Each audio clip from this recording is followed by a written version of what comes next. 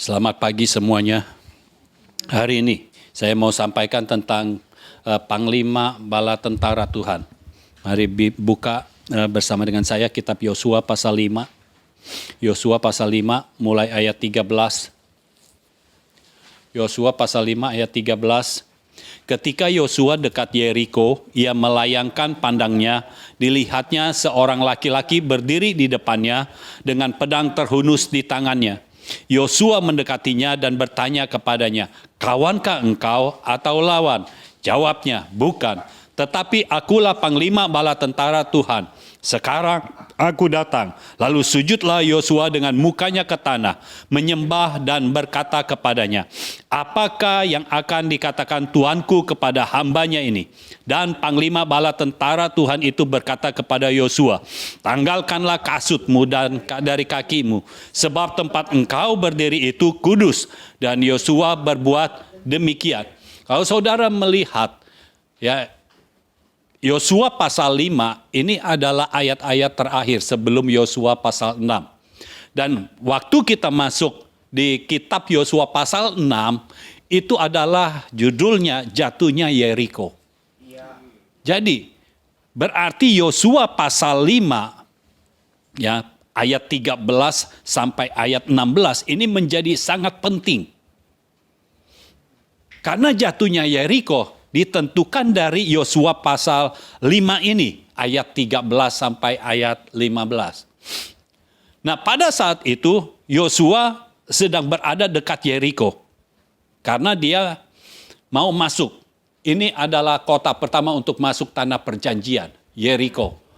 Jadi, dia sudah melihat-lihat.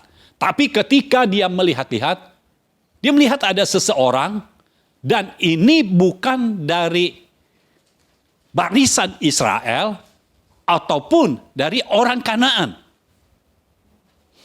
Makanya dia tanya, "Kawankah engkau atau lawan?" Karena ini di perbatasan, saudara. Bisa kawan, bisa lawan.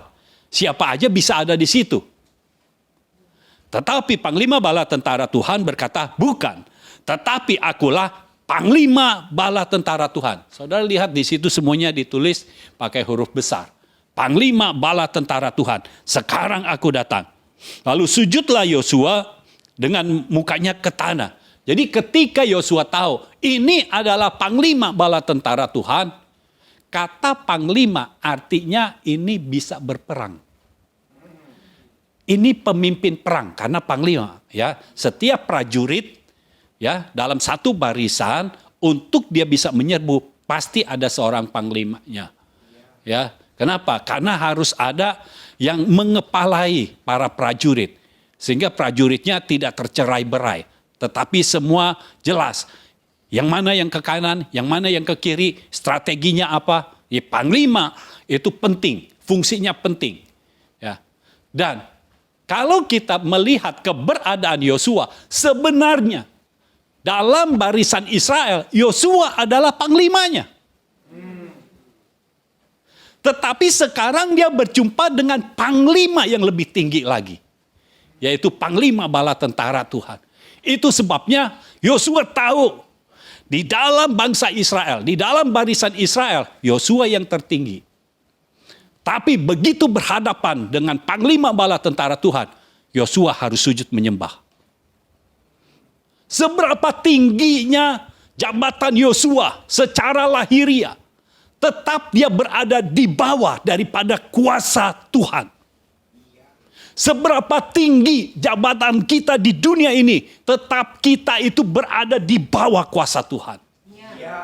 Seberapa banyak pun harta kita di dunia ini, tetap kita berada di bawah kuasa Tuhan. Itu sebabnya, ketika perwira yang hambanya sakit berkata kepada Yesus, "Engkau tidak usah datang ke rumahku. Engkau cukup berkata saja, maka sakit itu akan hilang. Hambaku akan sembuh." Kenapa? Karena dia seorang perwira. Dia tahu kalau dia katakan datang, prajurit yang di bawah dia semuanya harus datang. Ya, tidak boleh ada yang tidak datang. Dia harus tunduk. Mereka harus tunduk kepada perintahnya. Dan perwira ini melihat Yesus itu yang menguasai sakit penyakit.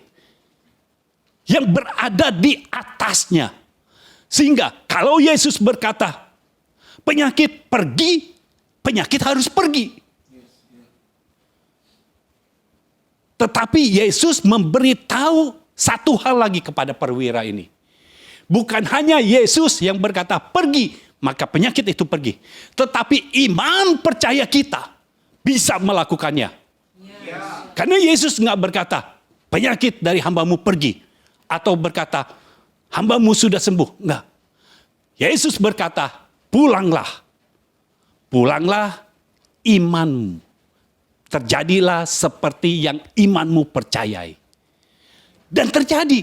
Ketika Yesus berkata begitu, pada jam yang sama, pada menit yang sama, hambanya sembuh. Yesus tidak berkata sembuh. Yesus tidak berkata penyakit pergi. Tetapi ada satu hal lagi, iman percaya kita. Saudara tahu, kalau iman percaya kita, ketika kita percaya kepada Tuhan, maka apa yang kita percayai itu akan terjadi. Nah, ini yang sedang terjadi dalam kehidupan Yosua. Yosua seorang panglima, tapi dia berhadapan dengan panglima bala tentara Tuhan. Makanya panglima bala tentara itu memperkenalkan diri. Akulah panglima bala tentara Tuhan. Jadi Yosua tahu, ini sama-sama panglima. Biasanya kalau sama-sama panglima sederajat. Tapi ini tidak. Itu sebabnya Yosua yang harus sujud menyembah. Yosua tahu posisi. Kalau kita tahu posisi di hadapan Tuhan, maka pasal 6 tentang jatuhnya Yeriko bukan hanya terjadi dalam hidup bangsa Israel saja, tetapi itu akan terjadi dalam hidup kita.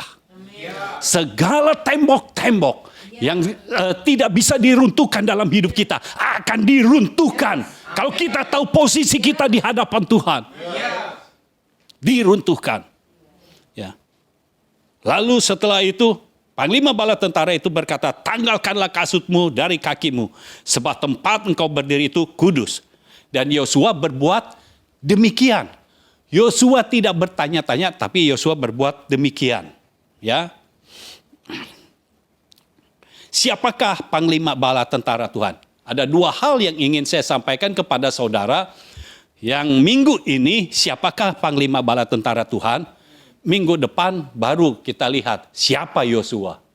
Ya. Siapakah panglima bala tentara Tuhan? Yang pertama, dia bukan kawan dan bukan lawan. Tetapi panglima bala tentara Tuhan.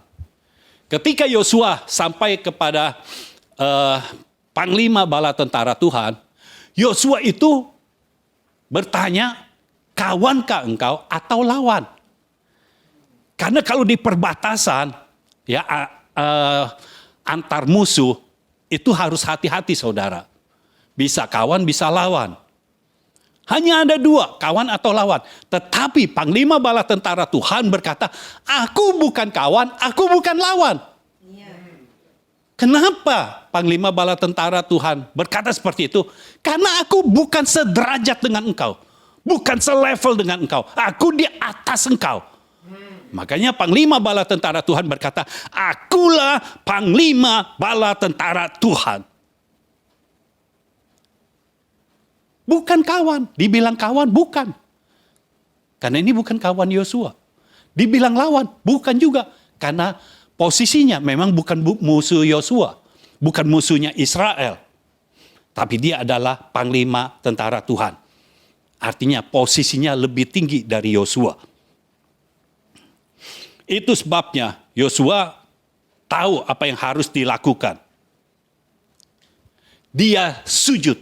Dia sujud menyembah kepada panglima bala tentara Tuhan. Karena ini adalah Tuhan sendiri. Ya, dia sujud menyembah. Dan kalau saudara perhatikan, panglima bala tentara Tuhan ini pegang apa di tangannya? Pegang pedang. Tahu tujuannya apa? Tuhan mau memberitahu kepada Yosua saat itu bahwa peperangan ada di dalam tangan Tuhan. Kalau peperangan kita ada di dalam tangan Tuhan, siapa musuh yang bisa melawan kita? Tuhan yang memimpin peperangan. Tuhanlah panglima sesungguhnya. Maka ketika Tuhan yang intervensi dalam hidup kita, maka segala tembok-tembok kemustahilan harusnya runtuh. Terobosan demi terobosan harus terjadi dalam hidup kita. Ya, karena panglima bala tentara Tuhan itu ada di hadapan kita. Dan saya bisa merasakan kehadirannya saat ini. Panglima bala tentara Tuhan itu ada bersama-sama dengan kita. Karena dia mau memastikan semua firman yang ada dalam hidup kita, yang terjadi dalam hidup kita, yang kita terima dalam hidup kita, itu digenapi dalam hidup kita. Amin. Kita perlu panglima yang bukan manusia. Kita perlu panglima yang berasal dari sorga. Panglima bala tentara Tuhan. Yosua mengerti ini. Dan saudara perhatikan. Bukan Yosua yang menjumpai panglima bala tentara Tuhan. Tapi panglima bala tentara Tuhan itu yang menjumpai Yosua. Karena yang hadir di situ panglima bala tentara Tuhan terlebih dahulu. Dia sengaja ada di situ. Karena dia tahu Yosua pasti akan datang ke situ. Jadi dia sudah menanti. Jadi inisiatif untuk panglima bala tentara Tuhan datang dalam hidup kita. Inisiatifnya itu dari Tuhan sendiri. Kalau nungguin dari kita, susah saudara. Inisiatifnya dari Tuhan sendiri. Dengar, Tuhan mau penggenapan janji itu benar-benar terjadi. Kenapa panglima bala tentara Tuhan ini datang dalam hidup Yosua? Datang di hadapan Yosua. Karena untuk memastikan semua firman akan menjadi kenyataan. Saudara tahu dong, ketika Tuhan berkata kepada Abraham, Tuhan minta Abraham pergi ke tempat yang akan ia tuju, tetapi pada saat itu tidak diberitahu. Tetapi Terah, ayahnya Abraham, sudah diberitahu, yaitu pergi ke Kanaan. Nah, Abraham melanjutkan firman yang Tuhan berikan kepada Terah. Dia pergi menuju negeri yang dia tidak tahu, tetapi dia tuju kepada Kanaan. Dan apakah Abraham sudah sampai Kanaan? Sudah sampai. Ya, sudah sampai ke Kanaan. Tetapi ketika terjadi kelaparan, Yusuf ada di Mesir. Kanaan kena kelaparan juga karena seluruh dunia kelaparan. Yang ada di Kanaan ini pergi ke Mesir. Semuanya. Dan tinggal di tanah Goshen dalam kehidupan Yusuf, ya. Sehingga di tanah Kanaan kosong. Itu sebabnya Tuhan memanggil Musa, membangkitkan Musa untuk membawa keluar bangsa Israel. Karena bangsa Israel hidup dalam perbudakan. Ya, selama kurang lebih 430 tahun hidup dalam perbudakan. Sehingga mereka menjerit, Tuhan tolong kami. Dibangkitkan Musa.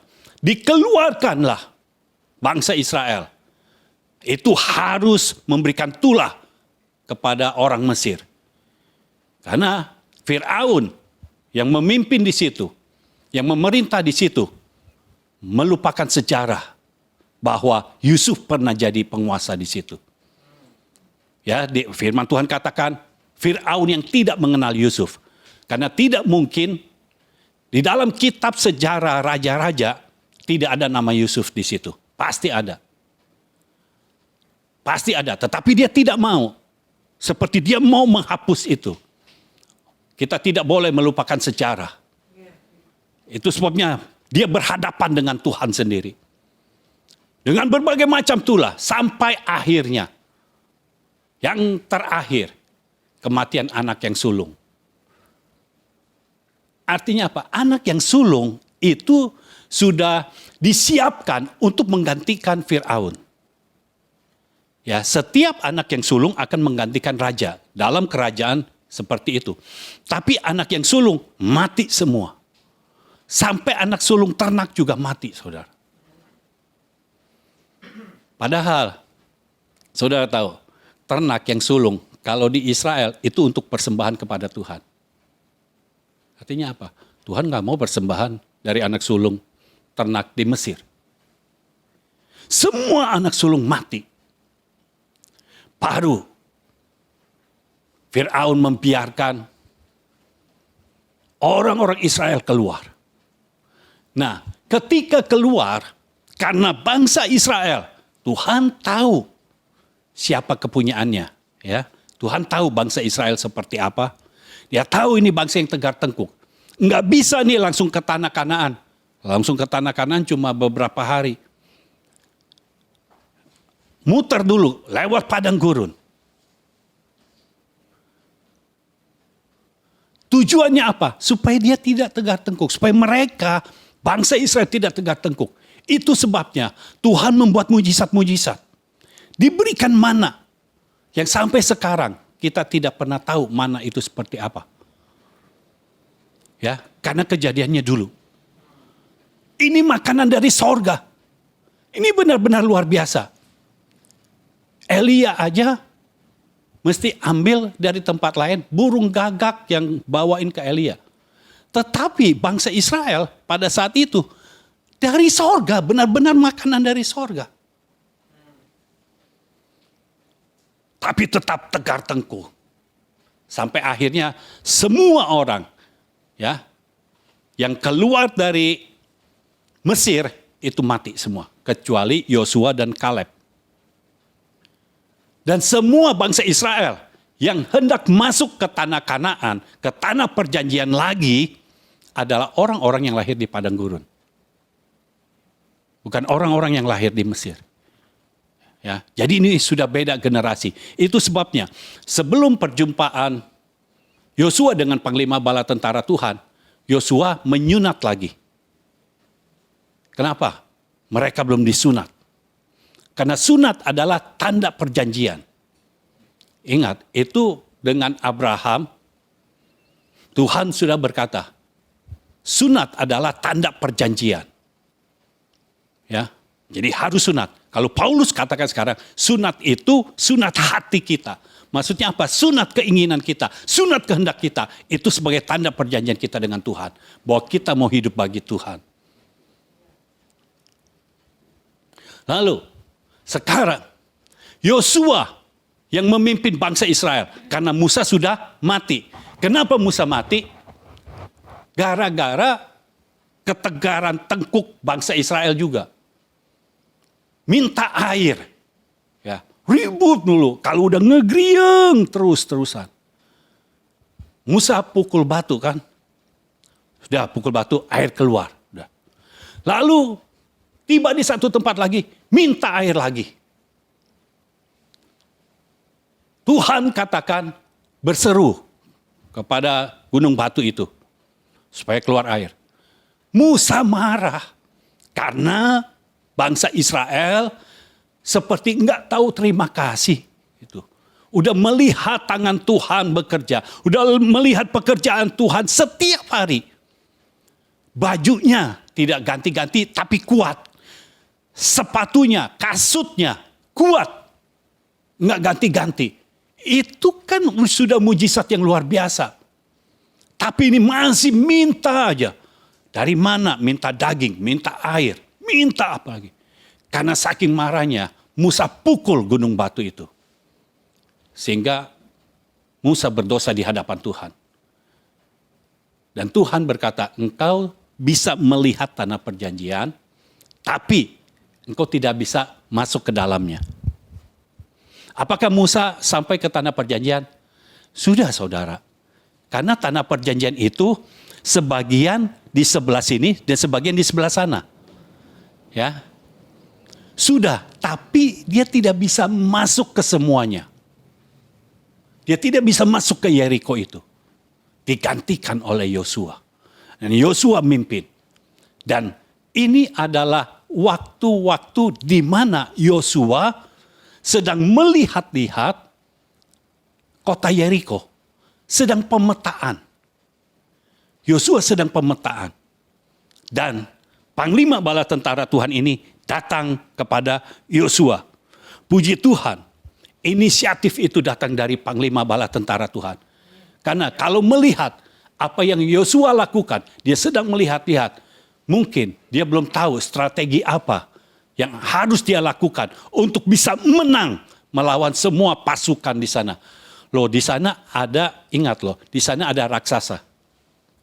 Ada keturunan Enak semuanya, keturunan raksasa. Memang buahnya bagus-bagus, tapi juga ada raksasa di situ. Dan mereka semua adalah prajurit yang terlatih. Dan di sana bukan cuma satu bangsa. Ada 5 bangsa di sana. Jadi Yosua sedang pemetaan. Tuhan tidak akan membiarkan orang yang mau hidup bagi firman-Nya, orang yang mau hidup bagi Tuhan, orang yang hidup mau menggenapi janji Tuhan, dibiarkan Tuhan sendirian. Panglima bala tentara Tuhan datang. Ya, inisiatif dari Tuhan sendiri. Karena apa? Ingin menyelamatkan bangsa Israel. Nah, kita harus tahu, panglima bala tentara Tuhan datang bukan karena apa yang dilakukan oleh Yosua, bukan karena kebaikannya bangsa Israel, bukan karena kebaikannya Yosua, tetapi lebih karena firman yang sudah diberikan kepada bapa rohaninya. Bapa rohani Yosua. Siapa bapa rohani Yosua? Musa. Keluaran pasal yang ketiga. Mulai ayat 1. Keluaran pasal yang ketiga. Adapun Musa, ia biasa menggembalakan kambing domba Yitro, mertuanya, imam di Midian. Sekali ketika ia menggiring kambing domba itu ke seberang padang gurun, sampailah ia ke gunung Allah, yakni gunung Horeb. Lalu malaikat Tuhan menampakkan diri kepadanya di dalam nyala api yang keluar dari semak duri. Lalu ia melihat dan tampaklah semak duri itu menyala, tetapi tidak dimakan api. Musa berkata, baiklah aku menyimpang ke sana untuk memeriksa penglihatan yang hebat itu. Mengapakah tidak terbakar semak duri itu? Ketika dilihat Tuhan bahwa Musa menyimpang untuk memeriksanya, berserulah Allah dari tengah-tengah semak duri itu kepadanya, Musa, Musa. Dan ia menjawab, ya Allah. Lalu ia berfirman, jangan datang dekat-dekat, tanggalkanlah kasutmu dari kakimu. Sebab tempat di mana engkau berdiri itu adalah tanah yang kudus. Lagi ia berfirman, akulah Allah ayahmu, Allah Abraham, Allah Ishak, dan Allah Yakub. Lalu Musa menutupi mukanya sebab ia takut memandang Allah. Dan Tuhan berfirman, aku telah memperhatikan dengan sungguh kesengsaraan umatku di tanah Mesir. Dan aku telah mendengar seruan mereka yang disebabkan oleh pengarah-pengarah mereka. Ya, aku mengetahui penderitaan mereka. Sebab itu, aku telah turun untuk melepaskan mereka dari tangan orang Mesir dan menuntun mereka keluar dari negeri itu ke suatu negeri yang baik dan luas, suatu negeri yang berlimpah-limpah susu dan madunya, ke tempat orang Kanaan, orang Het, orang Amori, orang Feris, orang Hewi, dan orang Yebus. Ini saudara, ini firman kepada Musa, bukan kepada Yosua. Tuhan mau menggenapi setiap firman-Nya. Makanya ketika saudara menerima firman dari Tuhan, percayalah bahwa Tuhan sangat ingin menggenapinya. Ketika Tuhan datang kepada Musa, Tuhan berkata, akulah Allah ayahmu, Allah Abraham, Allah Ishak, dan Allah Yakub. Tuhan mau berkata, aku Allah nenek moyangmu, Allah Abraham. Ketika aku menyampaikan firman kepada Abraham untuk dia sampai ke tanah Kanaan, dia sampai ke tanah Kanaan. Dan sekarang karena kelaparan, pada pergi ke Mesir. Sekarang dari Mesir akan dibawa lagi ke tanah Kanaan. Karena apa? Karena itu tanah perjanjian. Tuhan akan mengembalikan lagi. Tuhan akan mengembalikan bangsa Israel ke sana, ke tanah Kanaan itu. Ini bukan firman kepada Yosua, tapi ini firman kepada Musa. Untuk apa? Untuk menegakkan firman kepada Abraham. Saudara tahu, kalau kita memiliki bapa rohani, apa yang Tuhan berikan firman kepada bapa rohani, Tuhan mau menggenapi dalam hidup kita. Kita memiliki bapa rohani, di atas bapa rohani ada bapa rohani lagi. Tuhan mau menggenapinya juga dalam hidup kita. Belum dalam kehidupan kita sendiri, Tuhan juga mau menggenapi. Yosua punya firman sendiri dari Tuhan. Ya, kalau saudara nanti baca kitab Yosua selanjutnya, Tuhan berfirman sendiri kepada Yosua. Yosua punya firman Tuhan sendiri. Tetapi firman Tuhan kepada Musa yang mau membawa bangsa Israel kembali ke tanah perjanjian, itu digenapi juga dalam hidup Yosua. Dan ini sebagai penggenapan dari firman Tuhan kepada Abraham, untuk Abraham pergi dan tinggal di tanah perjanjian. Bangsa Israel, keturunan dari Abraham, yaitu bangsa Israel harus ada di tanah Kanaan, di tanah perjanjian. Jadi dikembalikan lagi, firman Tuhan tidak pernah berhenti. Firman Tuhan pasti melakukan terus sampai terjadi. Itu sifat firman, pasti terjadi, digenapi. Dan lihat, waktu Yosua berjumpa dengan Panglima Bala Tentara Tuhan, ini peristiwanya mirip ketika Tuhan memanggil Musa. Yosua adalah anak rohaninya Musa. Kalau ada pengalaman hidupnya yang mirip-mirip, itu biasa, saudara. Ada yang mengalami mujizat yang sama dengan bapaknya, itu biasa. Karena apa? Karena kita sudah menghidupi. Waktu Musa berjumpa dengan Tuhan, ya, di semak-semak, ya. Dan Tuhan bicara dari semak-semak itu. Apakah Yosua sudah ada? Belum ada. Karena waktu itu Musa belum mengeluarkan bangsa Israel. Ini baru panggilan yang pertama. Jadi Yosua tidak tahu kan pengalaman ini. Tidak ada di situ. Tapi Yosua bisa mengalami pengalaman yang sama. Hanya kali ini Tuhan datang dalam bentuk apa? Panglima bala tentara Tuhan. Karena beda. Musa diperintahkan untuk mengeluarkan bangsa Israel dari Mesir. Baru di bawah tanah perjanjian. Yosua sekarang perlu berperang untuk mengalahkan orang Kanaan. Saudara tadi baca orang Kanaan itu ada berapa? Ada orang Kanaan, orang Het, orang Amori, orang Feris, orang Hewi, dan orang Yebus. Ada berapa di situ? Ada sama Kanaannya jadi 6. Ada 5 bangsa, sama Kanaannya jadi 6 bangsa. Di sana ada 6 bangsa, sedangkan bangsa Israel cuma 1. Dan mereka ini bukan prajurit yang terlatih. Orang mereka jalannya di padang gurun. Bukan dilatih jadi prajurit terus. Itu sebabnya Tuhan sangat tahu. Tuhan tahu keberadaan Yosua. Tuhan tahu keberadaan kita. Panglima bala tentara Tuhan datang. Menghampiri Yosua.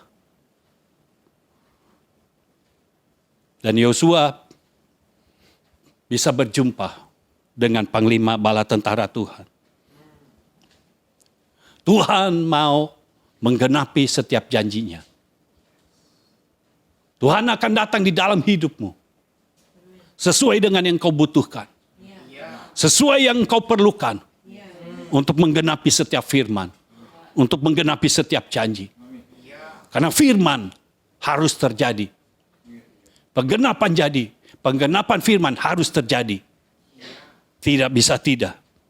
Karena firman, ya dan amin. Janji Tuhan, ya dan amin. Lalu berikutnya, saudara, poin yang ketiga. Panglima bala tentara Tuhan adalah Tuhan sendiri yang layak disembah dalam setiap situasi dan kondisi. Panglima bala tentara Tuhan adalah Tuhan sendiri yang layak disembah dalam setiap situasi dan kondisi.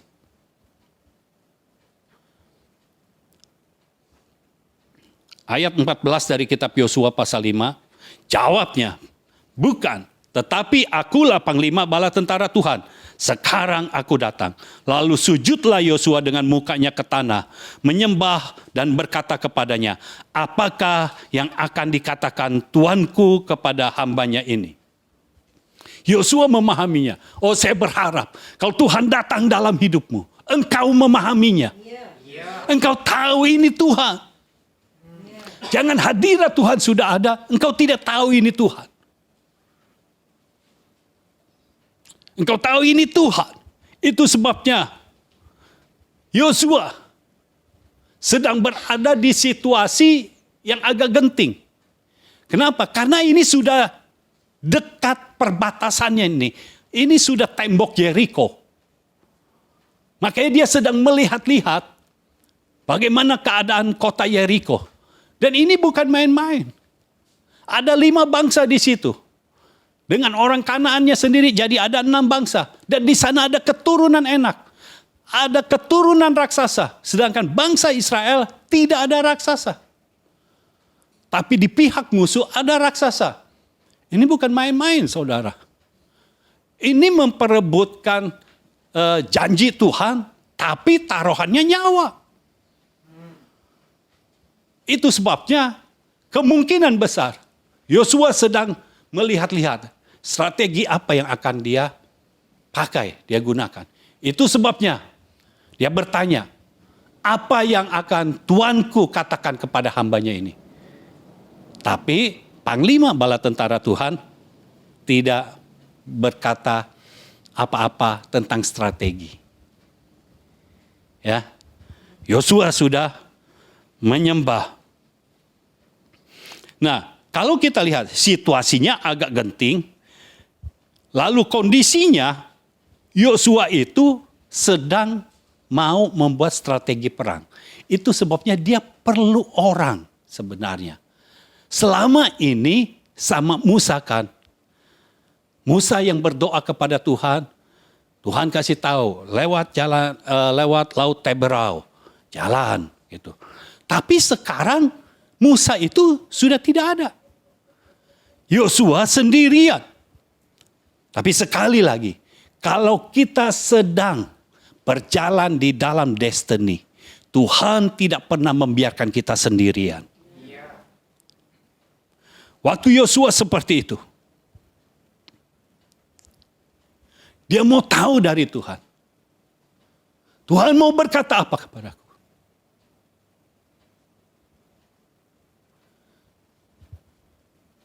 Tuhan berkata, sekarang aku menjumpai engkau. Saudara tahu? Yang Yosua butuhkan waktunya adalah sekarang. Kalau engkau butuh waktunya sekarang, Tuhan juga tahu. Karena sekarang adalah waktunya Tuhan. Sekarang itu waktunya Tuhan.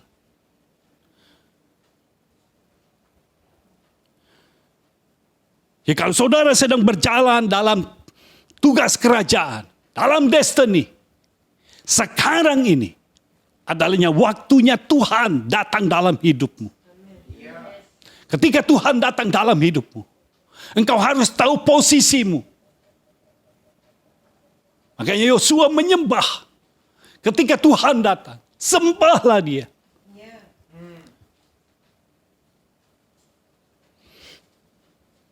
Tapi Tuhan tidak memberitahu Yosua strateginya apa. Belum sampai ke situ. Karena poin yang selanjutnya, yang keempat, Panglima Bala Tentara Tuhan memberikan perintah dan Yosua menaatinya tanpa bertanya lagi. Apa perintahnya? Perintahnya adalah tanggalkanlah kasutmu dari kakimu. Sebab tempat engkau berdiri itu kudus. Dan Yosua berbuat demikian. Yosua menaatinya ketika ada firman yang keluar. Padahal yang dinantikan oleh Yosua adalah strategi. Benar? Tetapi firman yang datang kepadanya adalah tanggalkan kasutmu dari kakimu. Sebab tempat engkau berdiri itu kudus. Saudara kalau lihat dari Keluaran pasal 3, kalau kita lihat lagi Keluaran pasal 3,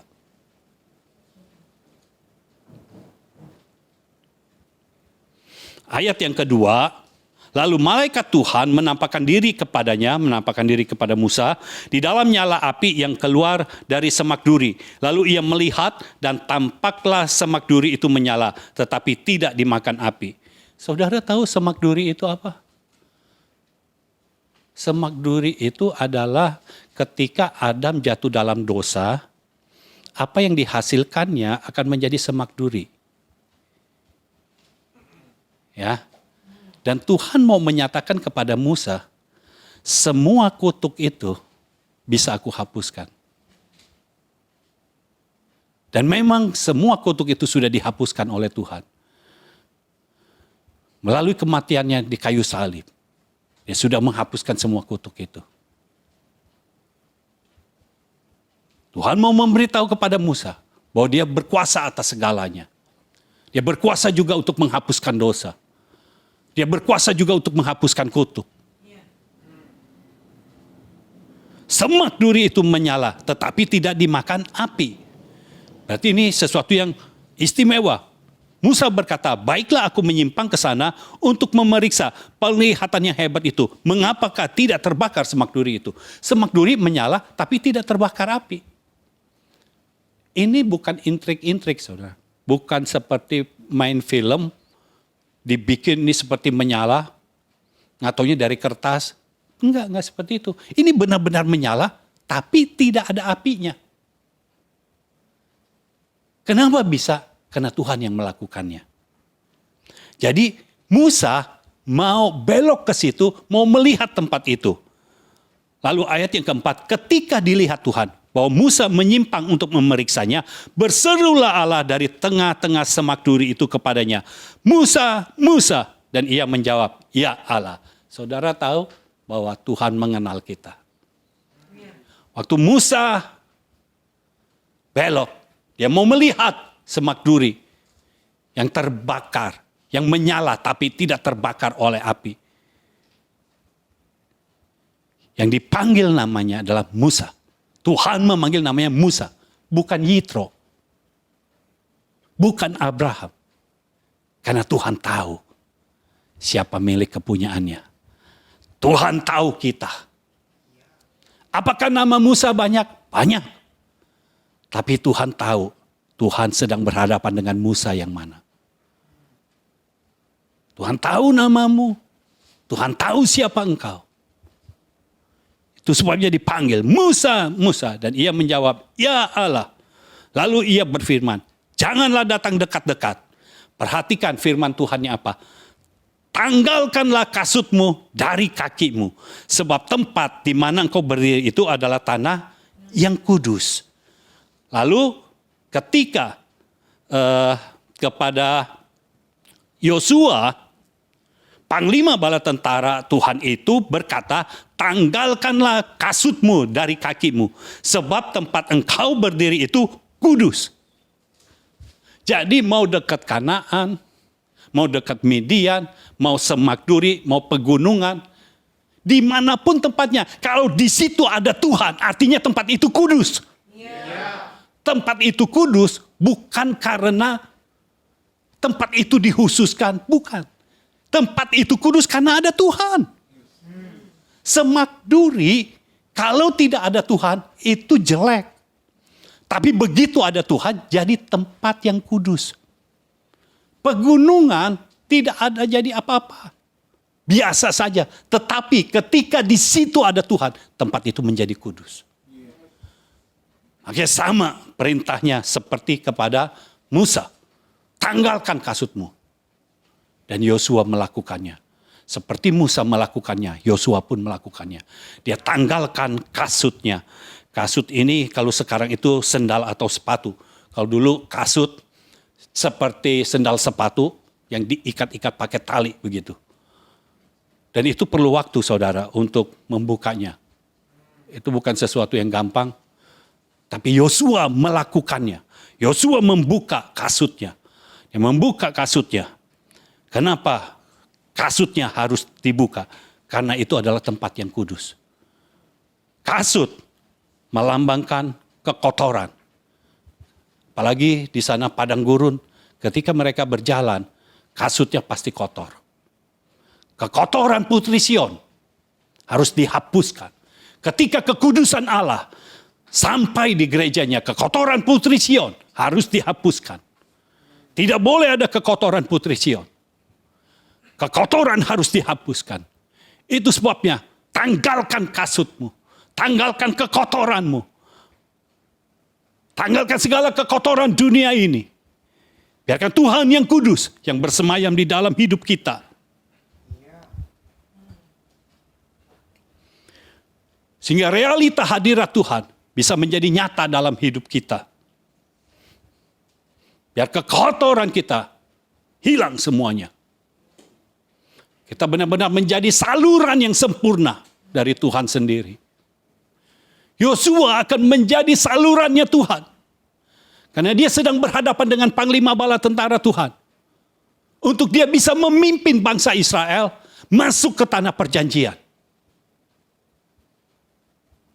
Lalu kasut itu dipakai untuk kaki melangkah. Itu harus ditanggalkan. Langkah-langkah yang pernah saudara tempuh secara manusiawi harus ditanggalkan. Harus ditinggalkan dan ditanggalkan. Ketika masuk dalam tempat kudusnya Tuhan, tanggalkan itu semua. Tanggalkan pikiran manusiawimu. Tanggalkan tindakan-tindakan manusiawimu. Mulai pakai tindakan dari Allah. Kalau saudara perhatikan, setelah Yosua melakukannya, di dalam pasal yang ke-6, barulah Tuhan berfirman. Barulah Tuhan memberikan strateginya. Setelah Yosua menanggalkan kasutnya.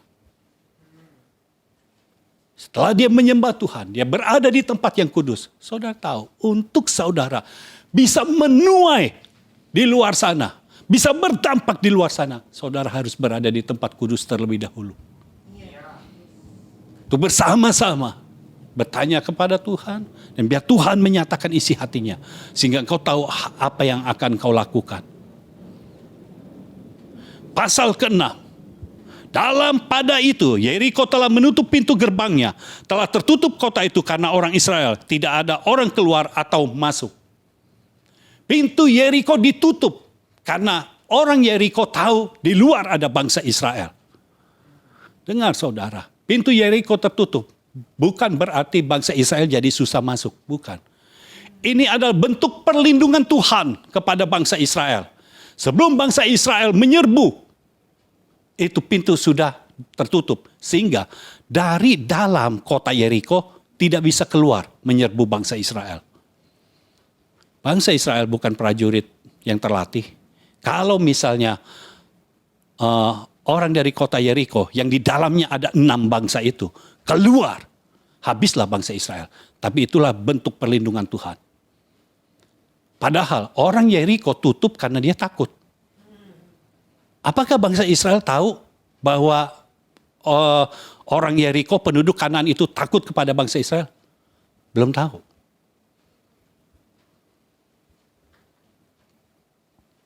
Tetapi Tuhan membuat ketakutan.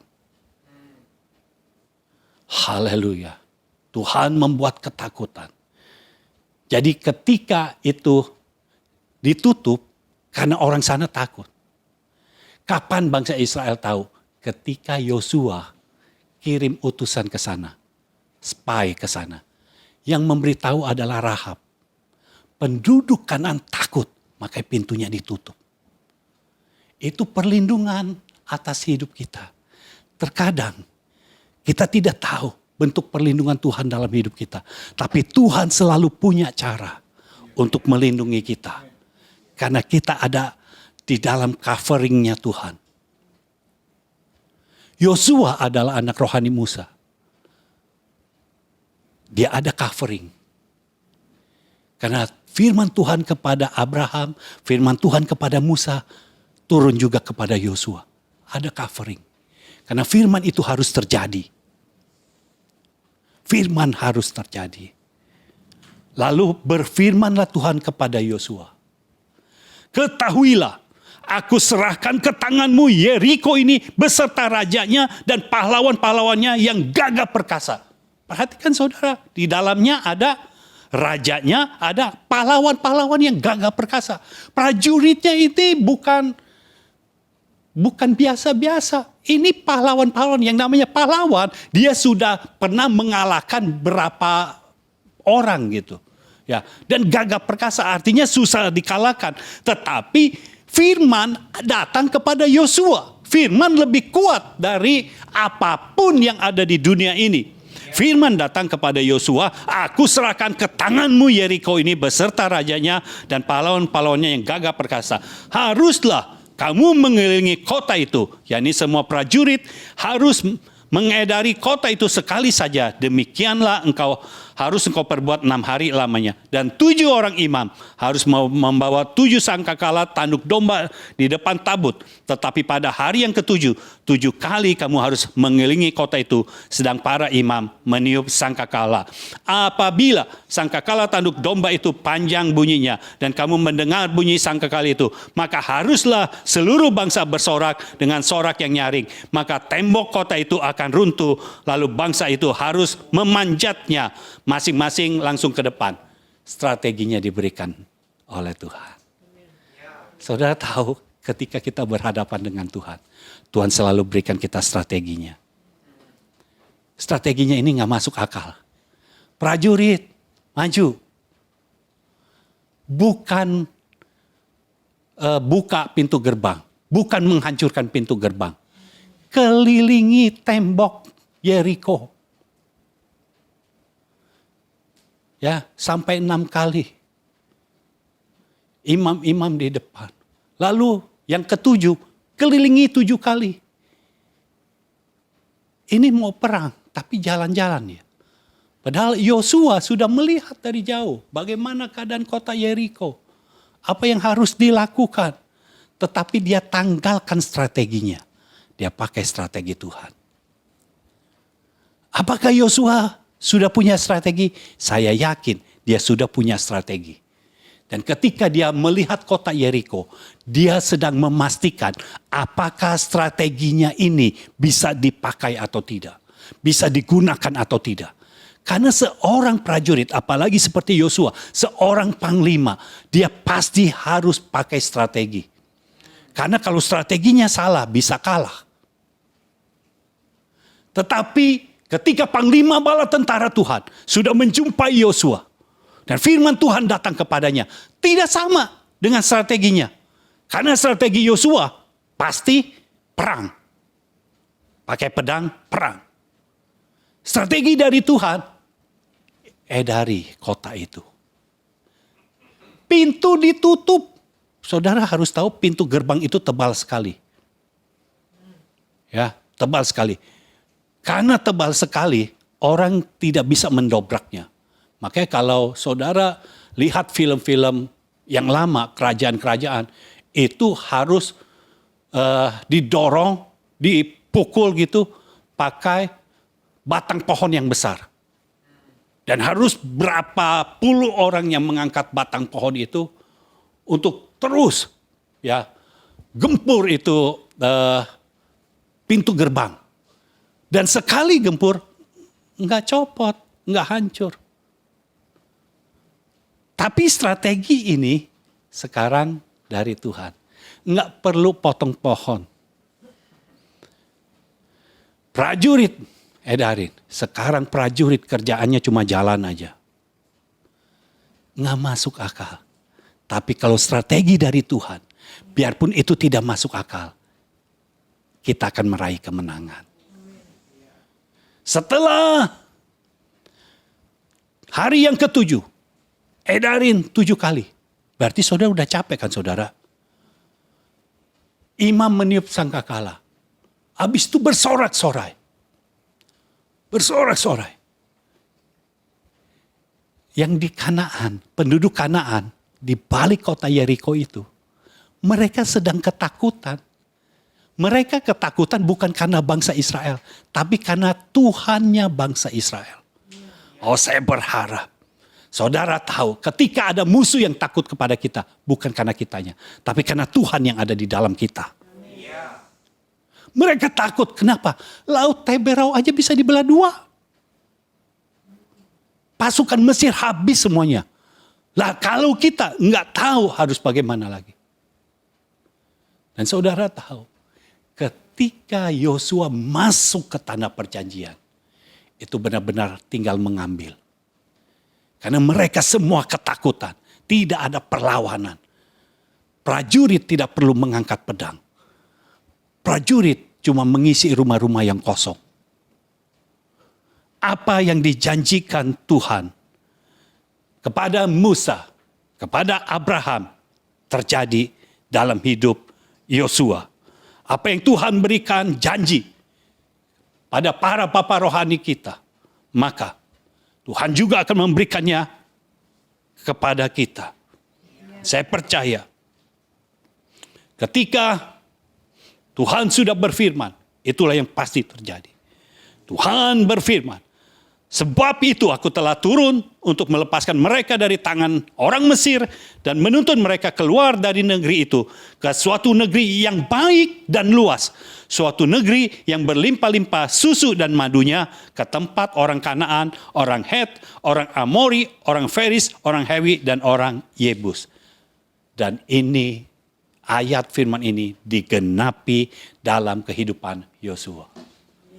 Tidak ada firman yang gugur, firman pasti digenapi. Itu tempat yang berlimpah-limpah dengan susu dan madunya. Dan sekarang dimiliki oleh orang Israel. Saya percaya ketika Tuhan memberikan firman-Nya ke dalam hidupmu, maka firman itu pasti terjadi. Di dalam waktu Tuhan. Dan Tuhan mau berkata, sekarang aku datang kepadamu. Sekarang aku datang kepadamu. Tanggalkan kasutmu. Tanggalkan seluruh kekotoran putri Sion. Tanggalkan seluruh dosa-dosamu. Tanggalkan seluruh strategi manusiawimu. Sekarang pakai strategiku. Pakai ide dari Tuhan. Bukan ide dari dunia ini. Pakai pikiran dari Tuhan. Bukan pikiran dari dunia ini. Maka engkau akan melihat bahwa penggenapan firman itu terjadi dalam hidupmu. Kau akan hidup dari kemenangan kepada kemenangan. Dari kemuliaan Tuhan kepada kemuliaan Tuhan yang lainnya. Haleluya, saya percaya Tuhan sekarang hadir di tengah-tengah kita. Dan mau berkata, sekarang aku datang kepadamu.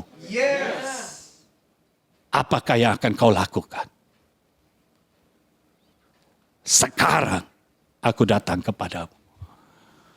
Dan Tuhan sendiri menjamah engkau yang bekerja di dalam hidupmu. Saya percaya ada hal-hal yang ilahi akan terjadi dalam hidupmu. Karena Tuhan peduli kepadamu. Tuhan mengenal siapa milik kepunyaannya. Terima kasih Tuhan. Terima kasih Bapa untuk firman-Mu. Biar kami hidup di dalam kekudusan-Mu. Menanggalkan segala kekotoran. Menanggalkan segala strategi-strategi manusiawi. Tapi kami memakai pikiran-Mu Tuhan.